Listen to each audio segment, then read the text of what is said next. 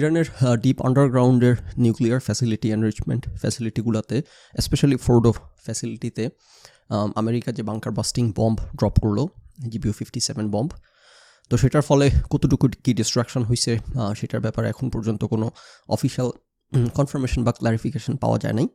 It's been কতদিন 3-4-5 দিন তো হয়ে গেছে। তো আজকে সকালে পেন্টাগন থেকে একটা ডিব্রিফ করা হয় পুরো অপারেশনটা এবং অপারেশনের এফিকেসি নিয়ে। সেখানেও কোনো অফিসিয়াল কনফার্মেশন জানানো হয় নাই। ডিস্ট্রয়েড এবং ডেভাস্টেটেড যেগুলো প্রেসিডেন্ট ডোনাল্ড ট্রাম্প যেসব টার্ম ব্যবহার করছে এগুলো অ্যাকুরেট কিনা এটা এখনও কনফার্ম করা সম্ভব হয় নাই। But the way they put it মানে এখানে উই ক্যান কনক্লুড যে ইফ ট্রু, এই ফ্যাক্টস যেগুলো ফ্যাক্টস আমাদের হাতে আছে, if those facts are true, আমার কাছে ভালো লাগছে যে যিনি মিলিটারি যিনি করেন, কমিউনিকেট করেন, chief head what ever owner rank বা পজিশন, উনি যেভাবে করে বলছেন এটা আমার কাছে পছন্দ হয়েছে। উনি বলছেন যে উনি সিম্পলি ফ্যাক্ট উপস্থাপন করে গেছেন, যে ফ্যাক্টস অ্যাট হ্যান্ড যেগুলো আর্গুয়েবল না। সেখান থেকে যে ফ্যাক্ট সেটা হচ্ছে যে আমরা এতটুকু জানি যে আমাদের B2 বম্বারগুলো যেভাবে করে তারা লোড করার কথা ছিল বম্বগুলো, তারা সেটা লোড করছে সাকসেসফুলি, ড্রপ করার কথা ছিল সেইভাবে সাকসেসফুলি ড্রপ করছে, যেই অ্যাঙ্গেলে দিয়ে যাওয়ার কথা ছিল সেই অ্যাঙ্গেলে করেই বম্বগুলো ড্রপ করছে, যেই অ্যাকুরেসিতে ড্রপ করা এক্সপেক্টেড ছিল সেই অ্যাকুরেসিতেই ড্রপ করছে, এবং মানে যা যা এক্সপেক্টেড, প্ল্যান্ড, অ্যান্টিসিপেটেড ছিল এভরিথিং ওয়ার্ক 100% সাকসেসফুলি। এটা বলার পর উনি তারপর লাস্টে বলছে যে তারপর ভেতরে কি হয়েছে না হয়েছে সেটা এখন পর্যন্ত 100% তাদের কাছে কনফার্মেশন নাই, কারণ ভেতরে গিয়ে কেউ এখনো দেখে নাই। So this is the way to say যে বেসিক্যালি চোখে দেখা ছাড়া আর সকল কিছু indicates it was A 100% successful operation. Now what went into this project, like যে ইরানের এটাকে ধ্বংস করার যে প্রজেক্ট, সেই ব্যাপারে উনি কিছু তথ্য উপস্থাপন করছেন, আলোচনা করছেন, যেগুলো শুনে চক্ষু ছানা বড়া হওয়ার মতো, এবং it is kind of expected, right, যে এরকমভাবেই করা হয়েছে কাজগুলো, কিন্তু আমরা তো সব ডিটেলস জানি না। তিনি বললেন যে 2009 সালে যখন ইরান উদ্যোগ নেয় যে তাদের এই নিউক্লিয়ার এনরিচমেন্ট ফ্যাসিলিটিগুলোকে মাটির নিচে গভীরে নিয়ে যাবে, তখন থেকে আমেরিকা একটা ডেডিকেটেড টিম লাগায় এই একটা কাজ। তাদের আর সেকেন্ড কোনো কাজ নেই, সেকেন্ড কোনো প্রজেক্ট নেই, 3 রাত 24 ঘন্টা খাওয়া দাওয়া ঘুম একটাই, তাদের ফ্যাসিলিটিগুলোতে কী হচ্ছে, সেখানে মাটি কাটতেছে, সেই মাটিগুলো জেনে ফেলতেছে, সেই মাটি কোথায় ফেলতেছে, সেইটার কী কী কম্পোজিশন, সেখানে কী কী কেমিক্যাল আছে থেকে শুরু করে, মানে যা বুঝলাম কথায় যে ইরানের ওই ফ্যাসিলিটির A থেকে Z পর্যন্ত প্রত্যেকটা মলিকুলার লেভেলে সকল তথ্য আমেরিকার ইন্টেলিজেন্সের কাছে ছিল। এমন কোনো কিছু ছিল না যেটা আমেরিকার কাছে গোপন। এবং এটা আমরা অতীতে আলোচনা করছি যে শুধুমাত্র এই ফ্যাসিলিটিকে টার্গেট করে, এই ফ্যাসিলিটিকে ডিস্ট্রয় করার উদ্দেশ্যেই এই GBU-57 যে bomb, bunker busting bomb, 30,000 pound যে বম্ব, সেটা আমেরিকা ডিজাইন করছে শুধুমাত্র এই একটা ফ্যাসিলিটিকে উদ্দেশ্য করে, রাইট। ওয়ান মোর টাইম, আমরা যখন আলোচনা করছি আমেরিকা এটাতে ইনভলভ হইতে পারে, তখন আমরা এটা আলোচনা করছি যে এমন একটা অবস্থায় চলে আসছে ঘটনা, তাতে করে আপনি যদি নিজেকে ট্রাম্পের জুতায় বসান, বা আমি যদি নিজেকে ট্রাম্পের জুতায় বসাই, তাহলে আমি সেকেন্ড কোনো অপশন দেখি না এই অপারেশন ক্যারি আউট না করার। কারণ তারা গত 15-20 বছর ধরে এত রিসার্চ করছে, এত বিলিয়ন ডলার ব্যয় করছে শুধুমাত্র এই একটা দিনের জন্য। সেই দিন সামনে চলে আসছে। দেয়ার ইজ নো রিজন যে, অ্যাগেন আমরা যদি রাজনৈতিক পক্ষপাতিত্বের ঊর্ধ্বে উঠি, জাস্ট একটা জায়গা থেকে, নিউট্রাল জায়গা থেকে, যে আপনি there is no reason for anyone যে এই মিশনটা এখন ক্যারি আউট করবে না। সো সেই জায়গা থেকে আমাদের আন্ডারস্ট্যান্ডিং এবং অ্যান্টিসিপেশন ছিল যে সম্ভবত এমন কিছু হবে, ট্রাম্প ইনভলভ হবে, not because he is a war hawk, but because যে সিচুয়েশনটা এরকম, এবং সেটাই হয়েছে। So that doesn't surprise us. এবং সেটার অ্যাগেন পলিটিক্যাল ব্যাখ্যাটা এই না যে ট্রাম্প ওয়ার হক, এটা আমার ব্যাখ্যা। এটার পলিটিক্যাল ব্যাখ্যাটা এই যে everything came together in a way, যে এটা আসলে সেকেন্ড আর কোনো কিছু ভাবার সুযোগ নেই। 1 ঘন্টার সংবাদ সম্মেলন আপনারা সার্চ দিয়ে দেখতে পারবেন। এত বড় সংবাদ সম্মেলন থেকে কেটে দেখানো টাইম কনজিউমিং এর জন্য করতেছি না। তিনি বললেন যে সিক্রেটলি এটা ছিল আমেরিকার ইতিহাসে biggest users of super computing hours in the US। What the fuck, এটার মানে কি? এটার how do I interpret this? Again উনি পলিটিক্যাল পয়েন্ট স্কোর করার আগ্রহ উনি ফ্যাক্ট বলে গেছেন। তো সেটা যদি একটা ফ্যাক্ট হয়, তাইলে যে এটা কী পরিমাণ বিগ প্রজেক্ট, এবং এটার কল্পনাতীত। কারণ আমেরিকাতে যতগুলো সুপার কম্পিউটার, স্পেশালি ন্যাশনাল ল্যাবগুলোতে এবং মিলিটারিতে, আমি শিওর আচ্ছা সেটা হয়তো বা মিন করছে উনি, আমি শিওর মিলিটারির কিছু গোপন সুপার কম্পিউটিং সিস্টেম আছে। সো আমার মনে হয় উনি ওইটা মিন করছে, কারণ ওকরিজ ন্যাশনাল ল্যাবের সুপার কম্পিউটিং ক্লাস্টার হচ্ছে পৃথিবীর সবচাইতে শক্তিশালী। তো সেটাতে আমি কাজ করছি, সেটাতে অ্যাক্সেস ছিল। তারপর আইডাহো ন্যাশনাল ল্যাবের সুপার কম্পিউটিং ক্লাস্টারে আমার অ্যাক্সেস ছিল, সেখানে কাজ করছি। এগুলোতে কী লেভেলের কাজ হয়, কারা কাজ করে, কত বড় কাজ, কত কী, এগুলো সম্পর্কে we have very clear picture. তো এত কাজ হচ্ছে, এত রিসার্চ হচ্ছে এই দেশে, সেইখানে সব কিছুকে বিট করে ফেলছে একটা ইরাকের বাংকার বাস্টিং প্রজেক্ট। এটা একটু হার্ড টু বিলিভ, যে কারণে একটু রেজড মাই আইব্রাও। কিন্তু এখন আমার কাছে মনে হচ্ছে, যেটা আলোচনা করতে গিয়ে মাথায় আসলো, যে সম্ভবত উনি যেটা মিন করছেন, যে সম্ভবত মিলিটারি ইন্টেলিজেন্সের ইতিহাসে সবচাইতে বড় সুপার কম্পিউটিং আওয়ার তারা ব্যয় করছে এই প্রজেক্টের পেছনে। কারণ এখন তাদের নিশ্চয়ই নিজস্ব ক্লাস্টার আছে, আমার ধারণা সেটার কথা বলতেছেন, কারণ টোটাল যেই আমাদের আর যেসব ক্লাস্টার সেগুলো পাবলিকলি অ্যাভেলেবল, এখানে যে পরিমাণ কাজ হয় সেইগুলোকে ছাড়াইয়া যাওয়া একটা সিঙ্গেল ইরাকি প্রজেক্ট। ধরুন উনি বলতে চাইছেন মিলিটারিদের যে নিজস্ব কম্পিউটিং ক্লাস্টার সেখানে সবচাইতে বেশি সুপার কম্পিউটিং আওয়ার ব্যবহার করা হয়েছে এই প্রজেক্টের পেছনে।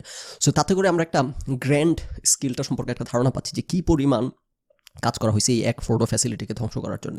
এবং তারপর উনি বললেন যে হান্ড্রেডস অফ টেস্ট শটস করা হয়েছে GBU-57 hundreds of test shorts.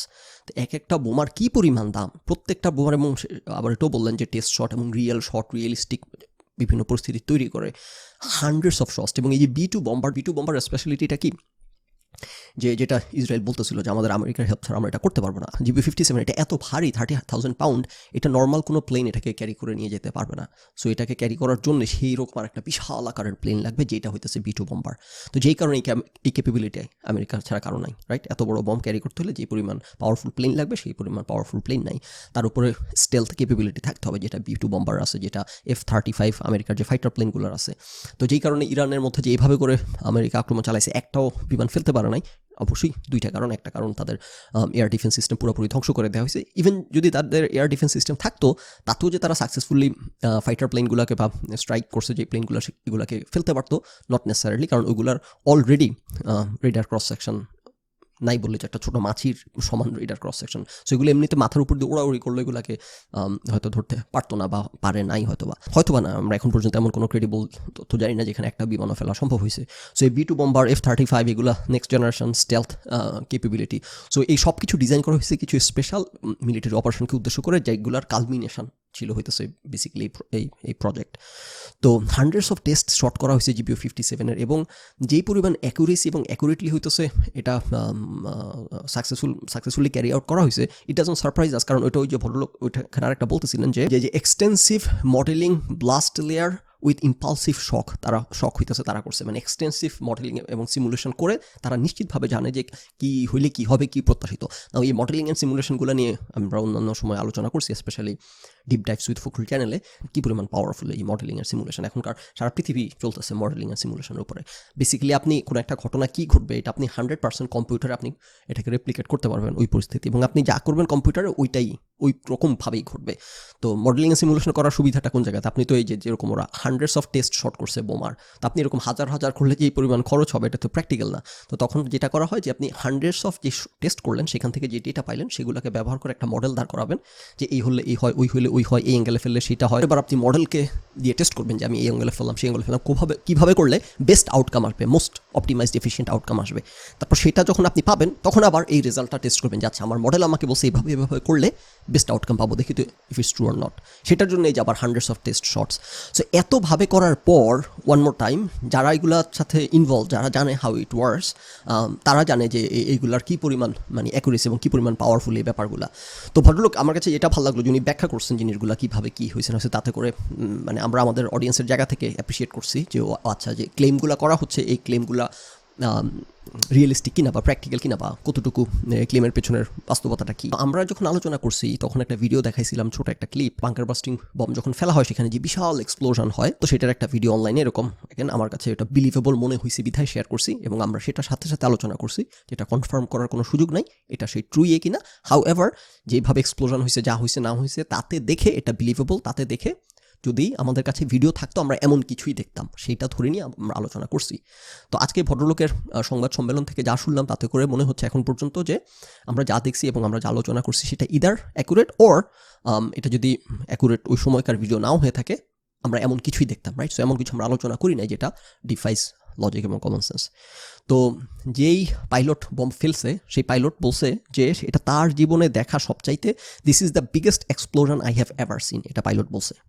তো আমি এটা যখন আমরা আলোচনা করছি তখন আমি আপনাদেরকে ব্যাখ্যা করছি, এবং সেই ব্যাখ্যা কোত্থেকে করছি যে টেস্ট যে করছে বাঙ্কার বাস্টিং বম আমেরিকা, সেই টেস্টগুলোর ভিডিও আমরা দেখছি। সো আমরা জানি যে হোয়াট টু এক্সপেক্ট। এখানে আমরা দেখছি যখন বোমাটা এরকম করে ঢুকে তখন এখন চারপাশে মাটি ছড়ায় পড়ে এবং বিশাল একটা এক্সপ্লোশন হয়। এক্সপ্লোশনটা হয় হচ্ছে মাটির গভীরে গিয়ে। এগুলো সব আমরা বিচ্ছিন্নভাবে আলোচনা করছি, আরেকবার একটু বেশি করে আলোচনা করি। যা পরিমাণ গোবর শুনলাম স্পেশালি ডিফেন্স অ্যানালিস্টের কাছে, তাতে করে ক্লুলেস, লাইক অবিশ্বাস্য রকম ক্লুলেস আমরা।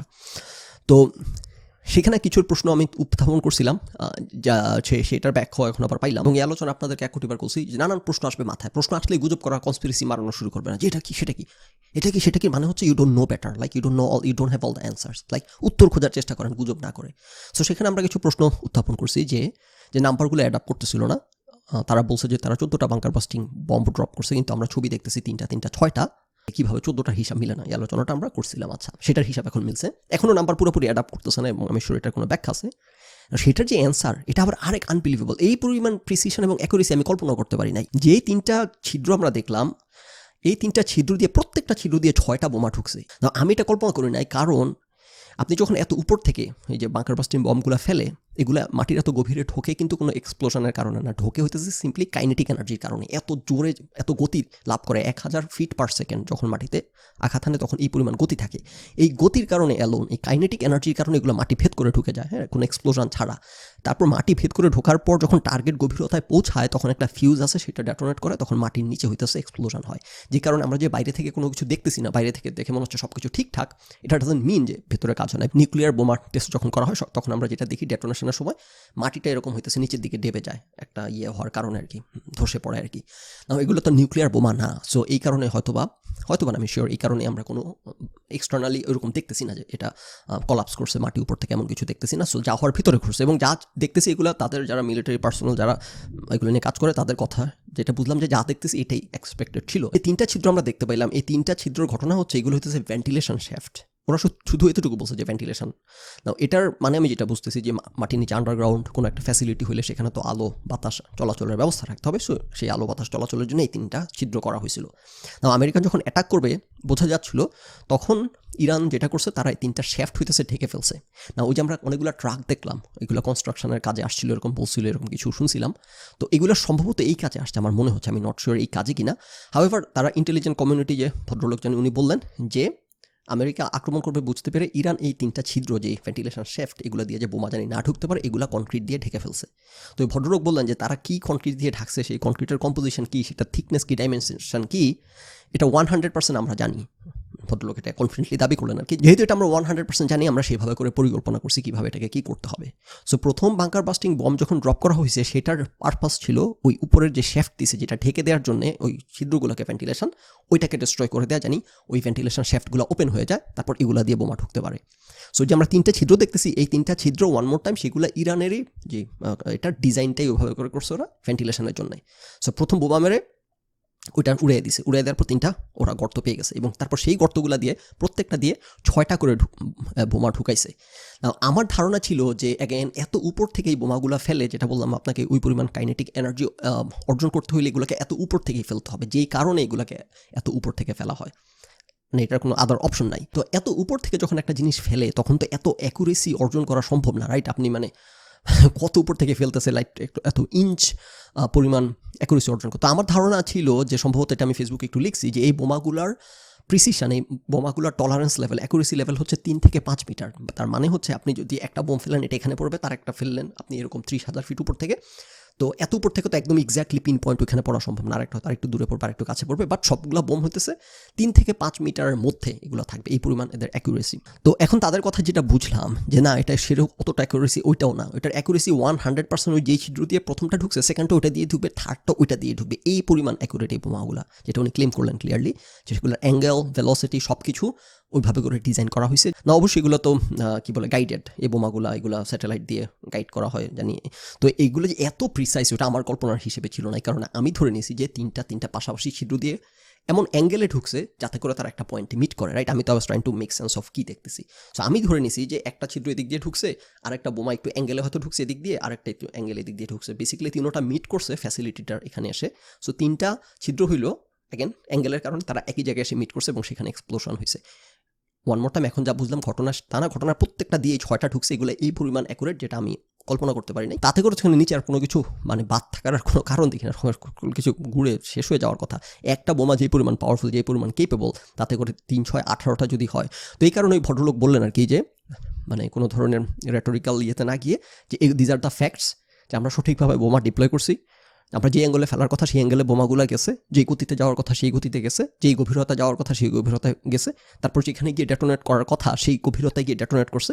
মানে মিশন 100% অ্যাকমপ্লিশড। নাও সেটার রেজাল্ট কি, সেই রেজাল্ট অ্যাসেসমেন্ট করা আমাদের কাছে না। এটা উনি একটা সুন্দর করে কথাটা বলেন যে বিডিএ ব্যাটল ড্যামেজ অ্যাসেসমেন্ট করার কাজ ইন্টেলিজেন্স কমিউনিটির, সিআইএর, এটা আমাদের কাছে না। আমরা আমাদের পরীক্ষার খাতা দেখি না, এই কথাটা আমার পছন্দ হয়েছে, right? We don't grade our homework, এটা বললো। সো ওনার কথা হচ্ছে আমাদের অ্যাসেসমেন্ট অনুযায়ী ওটা 100% সাকসেসফুল মিশন, কিন্তু সেটার আউটকাম কি সেটা হইতেছে সিআইএ রিপোর্ট করবে। নাও সেই ব্যাপারে এখন পর্যন্ত ইসরায়েল কোনো ক্লেম করে নাই। ইসরায়েল এখন পর্যন্ত বলছে যে আমরা এখন পর্যন্ত তথ্য সংগ্রহের চেষ্টা করতেছি, এটার কতটুকু কি সাকসেসফুল হয়েছে। আমেরিকাতে বরং রেটোরিক্যাল কথাবার্তা বেশি ছাড়তেছে, স্পেশালি পলিটিশিয়ানরা শতভাগ সফল, ভেঙে ফেলছি, তুরমার করে ফেলছি, কিন্তু এগুলো কোনোটাই অফিসিয়াল ফর্মাল টেকনিক্যাল ক্লেম না। এগুলো হচ্ছে এখন rhetorical. Official formal technical claim যে সব কিছু সাকসেসফুলি হয়েছে, তাতে করে এটা সাকসেসফুল ধ্বংস হয়ে যাওয়ার কথা। আর ইরানের তরফ থেকে ইরান বলছে তারাও এখন পর্যন্ত তারা নিজেরাই এখনও পুরোপুরি ব্যাটেল ড্যামেজ অ্যাসেসমেন্ট করে নাই, তারাও এটা করতেছে। সো অফিসিয়াল আমাদের কাছে হচ্ছে এখন পর্যন্ত সেখানে ভেতরে ঢুকে কেউ অ্যাসেস করে নাই। সো যতক্ষণ পর্যন্ত না ভেতরে ঢুকে কেউ খালি চোখে দেখতেছে আসলে কী হয়েছে, ততক্ষণ পর্যন্ত আমরা নিশ্চিতভাবে জানি না। বাট এভরিথিং ইন্ডিকেটস যে ইট ওয়াজ আ সাকসেসফুল মিশন।